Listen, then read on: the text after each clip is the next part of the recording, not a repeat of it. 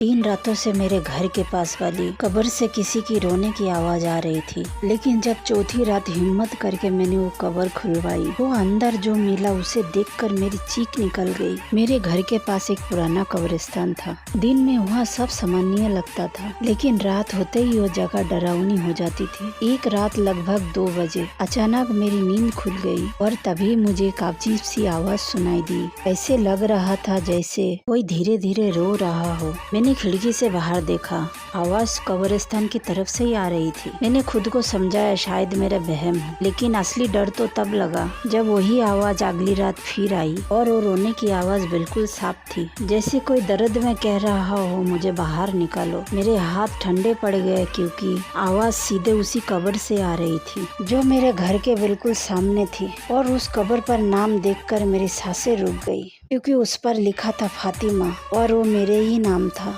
जब मैंने अपने ही नाम वाली कब्र देखी तो मुझे लगा कोई मेरे साथ मजाक कर रहा है, लेकिन अगले दिन जो सच सामने आया उसने मेरी पूरी जिंदगी बदल दी। सुबह होते ही मैं डरते डरते कब्रिस्तान गई। वो कब्र सच में मौजूद था और उस पर लिखा था फातिमा। मौत 2001 में मेरे हाथ कांपने लगे क्योंकि मैं तो जिंदा थी। मैंने कब्रिस्तान के बूढ़े चौकीदार से पूछा यह कब्र किसकी है। वो मुझे कुछ देर तक घूरता रहा, फिर उसने धीरे से कहा क्या तुम्हें सच में नहीं पता। मेरी धड़कन तेज हो गई। मैंने कहा क्या मतलब। वो बोला बेटी यह कब्र उसकी है जो 3 साल पहले इसी घर में रहती थी। मैं डरते हुए पूछी कौन। वो बोला जिसका नाम भी फातिमा था। और यह सुनकर मेरी पैरों तले जमीन खिसक गई क्योंकि वो घर मेरा ही था। जब चौकीदार ने कहा इस घर में पहले भी एक फातिमा रहती थी तो मेरे दिल में सिर्फ एक सवाल था, अगर वो फातिमा मर चुकी हो तो मैं कौन हूँ। मैं डरते हुए घर वापस गई। सारा दिन मेरे दिमाग में वही बात घूम रही थी, क्या सच में मेरे घर में पहले भी कोई फातिमा रहती थी। शाम को मैंने हिम्मत करके अपने पति से पूछा सुनिए इस घर में क्या पहले कोई रहता था। मेरे सवाल सुनते ही उनका चेहरे का रंग अचानक बदल गया। उन्होंने जल्दी से कहा नहीं तुम यहाँ सब क्यों पूछ रही हो। मुझे लगा वो कुछ छुपा रहे। उस रात फिर से वही हुआ। रात के लगभग 2 बजे फिर वही रोने की आवाज आई। अब तो आवाज पहले से भी ज्यादा साफ आने लगी, जैसे कोई दर्द से चिल्ला रहा हो मुझे बाहर निकालो। मैंने खिड़की से बाहर देखा। इस बार मेरे शरीर में सिरहन दौड़ गई क्योंकि उस कब्र के पास कोई खड़ा था, सफेद कपड़े में एक लड़की, और वो सीधे मेरी ही खिड़की की तरफ देख रही है। जब मैंने उस लड़की का चेहरा देखा तो मेरी चीख निकल गई क्योंकि वो लड़की कोई और नहीं बल्कि बिल्कुल मेरी ही तरह दिखती थी। यह सच था, वो लड़की बिल्कुल मेरी ही तरह दिख रही थी। एक ही चेहरा, एक ही आंखें, यहाँ तक कि वही कपड़े भी। मुझे लगा मैं सपना देख रही हूँ। मैं डरकर खिड़की से हट गई, लेकिन तब भी मेरे फोन पर एक मैसेज आया। मैंने फोन उठाया। मैसेज में सिर्फ एक लाइन लिखी थी, अगर सच जानना है तो कल रात इस कब्र को खुलवाना। मेरे हाथ कांपने लगे क्योंकि वो मैसेज किसी अनजान नंबर से आए थे। उस वक्त फिर से बाहर से वही आवाज आई, फातिमा मुझे बाहर निकालो। और उस आवाज में ऐसी दर्द था जैसे कोई सालों से मदद के लिए पुकार रहा हो। उस रात मुझे नींद नहीं आई। एक अनजान मैसेज ने मुझसे कहा था अगर सच जानना है तो उस कब्र को खुदवाना पड़ेगा। मैं पूरी रात ही सोचकर करवाटें बदलते रही। मेरे दिमाग में वही 3 बातें घूम रही थी। पहले मेरे नाम की कब्र, दूसरी मेरी जैसी दिखने वाली लड़की, और तीसरी इतनी अजीब सी मैसेज।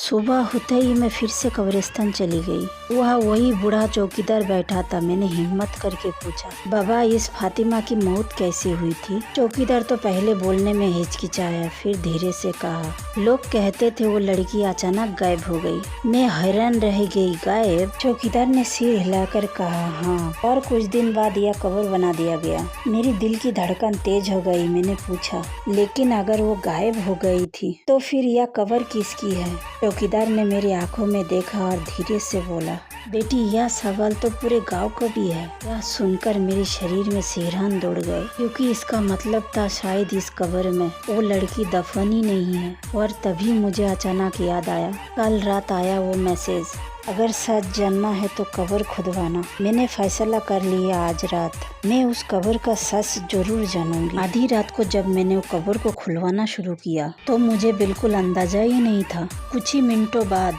मेरी जिंदगी का सबसे डरावना सच सामने आने वाला था। रात के लगभग 1 बज रहे थे। चारों तरफ सन्नाटा था। मैं चुपचाप घर से बाहर निकली और कब्रिस्तान की तरफ चल पड़ी। मेरे हाथ में एक फावड़ा था और दिल जोर जोर से धड़क रहा था। कब्रिस्तान में पहुंचते ही ठंडी हवा चलने लगी। मैं सीधे उसी कब्र पर गई जिस पर लिखा था फातिमा। कुछ पल तक मैं वही खड़ी रही। फिर मैंने हिम्मत करके मिट्टी हटाना शुरू किया। हर फावड़े के साथ मेरे डर बढ़ता जा रहा था। लगभग 10 मिनट बाद फावड़ा किसी सख्त चीज से टकराया। मेरा दिल जोर से धड़कने लगा। वो एक लड़की का ताबूत था। मेरे हाथ कांपने लगे। मैं धीरे धीरे ताबूत को खोलने लगा और जैसे ही मैंने अंदर देखा, मेरे शरीर से जैसे जान निकल गई, क्योंकि ताबूत के अंदर जो लाश पड़ी थी उसका चेहरा बिल्कुल मेरे जैसा था। मैं डर से पीछे गिर गई। मेरे दिमाग में सिर्फ एक ही सवाल था, अगर ये मैं हूँ तो फिर मैं कौन हूँ। और तभी मेरे पीछे से एक आवाज आई, क्योंकि असली फातिमा तो 3 साल पहले ही मर चुकी थी।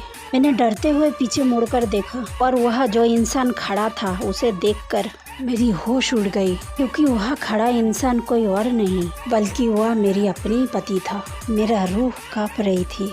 मैं अभी भी उस ताबूत को देख रही थी जिसमें पड़ी लाश का चेहरा हूबहू मेरी तरह ही थी। तभी पीछे से आवाज आई, असली फातिमा तो 3 साल पहले ही मर चुकी है। मैंने डरते डरते पीछे मोड़ा। मेरी सांसें अटक गई, क्योंकि वह मेरे पति खड़ा था। मेरे पति की आंखों में अजीब सा सन्नाटा था। मैंने कांपती आवाज में पूछा, आप यहाँ? वो धीरे धीरे मेरी तरफ आने लगा। फिर उसने ताबूत की तरफ देखा और बोला, मैं जानता था तुम्हें एक न एक दिन सच का पता मिल ही जाएगा। मेरे पैरों तले से जमीन खिसक गई। मैंने कहा, कौन सा सच? वो फिर बोला, जिस लड़की की लाश तुम देख रही हो वह मेरी पत्नी थी। यह सुनकर मेरे दिल की धड़कन रुकने लगी। मैंने धीरे से पूछा और उसका नाम बोला, फातिमा। मेरे हाथ से फावड़ा गिर गया, क्योंकि इसका मतलब था मेरे पति का पहली पत्नी का भी नाम फातिमा था। इतनी इत्तेफाक की बात है, उसका चेहरा भी बिल्कुल मेरे जैसे ही था। लेकिन असली डर अभी बाकी था, क्योंकि उसी वक्त मेरे पति ने मेरी आंखों में देखते हुए कहा, तुम्हें पता है मैंने तुमसे शादी क्यों की थी? मेरी सांस अटक गई जब मेरे पति ने मुझे बताया कि उन्होंने मुझसे शादी क्यों की, तो मेरी तो होश ही उड़ गई, क्योंकि मैं उनकी बीवी नहीं बल्कि किसी और के जगह में जी रही थी। मेरे पति ने धीरे से कहा, जब मैंने तुम्हें पहली बार देखा तो मुझे लगा जैसे मेरी मरी हुई बीवी वापसी आ गई हो। मेरे दिल में डर बैठ गया। वो आगे बोला, तुम दोनों का चेहरा, आवाज, यहाँ तक कि मुस्कान भी एक जैसी थी। मैं बिल्कुल समझ नहीं पा रही थी यह सब क्या हो रहा है। मैंने पूछा, लेकिन उस रात कब्र में से आवाज क्यों आ रही थी? मेरे पति ने गहरी सांस ली और बोले, क्योंकि मैं यहाँ हर रात आता था। मैं हैरान रह गई, क्योंकि वो ताबूत की तरफ देखते हुए बोले, मुझे हमेशा लगता था मैंने इसके साथ बहुत बड़ा गुनाह किया है। मेरे दिल में डर और बढ़ गया। मैंने धीरे से पूछा, कैसा गुनाह? कुछ पल के लिए वो बिल्कुल चुप हो गया। फिर उन्होंने धीरे से कहा, उसकी मौत कोई हादसा नहीं थी। यह सुन के मेरे शरीर में बिजली दौड़ गई। मैंने डरते हुए पूछा, फिर क्या था? मेरे पति ने मेरे आंखों में देखते हुए कहा, क्योंकि उस रात मैं ही आखिरी इंसान था जो उसके साथ था। और यह सुनते ही मेरे हाथ पैर ठंडे पड़ गए, क्योंकि इसका मतलब था मेरे पति अपनी पहली पत्नी की मौत का राज छुपा रहे थे और अब शायद मेरी बारी थी। जब मेरे पति ने कहा उनकी पहली बीवी का मौत हादसा नहीं, तो मेरे दिल में एक ही डर था, कहीं अगली लाश मेरी तो नहीं होने वाली। मैंने डरते हुए पूछा, उस रात क्या हुआ था? वो कुछ पल तक उस कब्र को देखते रहे और फिर धीरे धीरे बोलना शुरू किए। 3 साल पहले की बात है। मेरी और फातिमा की शादी को सिर्फ 6 महीना हुए थे, लेकिन हमारे बीच रोज झगड़े होने लगे थे। मैं चुपचाप सुन रही थी। उन्होंने आगे कहा, एक रात हम दोनों बहुत बुरी तरह लड़ पड़े। वो घर छोड़कर जाने लगी। मैंने उसे रोकने की कोशिश की, लेकिन धक्का मुक्की में वो सीढ़ियों से गिर गई। मेरी सांसें रुकने लगी। उनके सिर झुक गए। जब तक मैं उसे उठाता वो मर चुकी थी। मेरे हाथ ठंडे पड़ गए। वो कब्र की तरफ देखते हुए कह रहे थे, मैं डर गया था। मुझे लगा लोग मुझे कातिल समझेंगे, इसलिए मैंने इसे यहाँ दफना दिया। मेरे पति ने अपने पहले बीवी का मौत का सच 3 सालों तक छुपा के रखा था, लेकिन उसी वक्त कब्रिस्तान की ठंडी हवा में वही आवाज गूंजी। मैंने डरते हुए चारों तरफ देखा। उनके चेहरे पर भी डर साफ दिख रहा था, क्योंकि आवाज कब्र के अंदर से आ रही थी। मेरे पति घबरा कर बोले, यह कैसे हो सकता है? हम दोनों ने मिलकर फिर से कब्र की मिट्टी हटानी शुरू की। कुछ ही मिनटों में ताबूत साफ दिखने लगा। मेरे हाथ कांप रहे थे। मेरे पति ने धीरे धीरे ताबूत का ढक्कन हटाया लेकिन इस बार हम दोनों की सांसें अटक गई क्योंकि ताबूत के अंदर कोई लाश ही नहीं थी। ताबूत बिल्कुल खाली था। मेरे पति डर से पीछे हट गए। यह कैसे हो सकता है? उसी वक्त हमारे पीछे से एक धीमी आवाज आई। हम दोनों ने पीछे मुड़ के देखा तो हमारे होश उड़ गए क्योंकि वहाँ खड़ी थी वही लड़की जिसे मेरे पति 3 साल पहले ही दफना चुके थे। वो धीरे धीरे मुस्कुराई और बोली, तुमने सोचा था मुझे दफना कर सब खत्म हो जाएगा? मेरे पति डर से कांपने लगे। मुझे समझ आ गया, गुनाह चाहे कितना भी छुपा लो, एक दिन वो खुद सामने आ ही जाता है।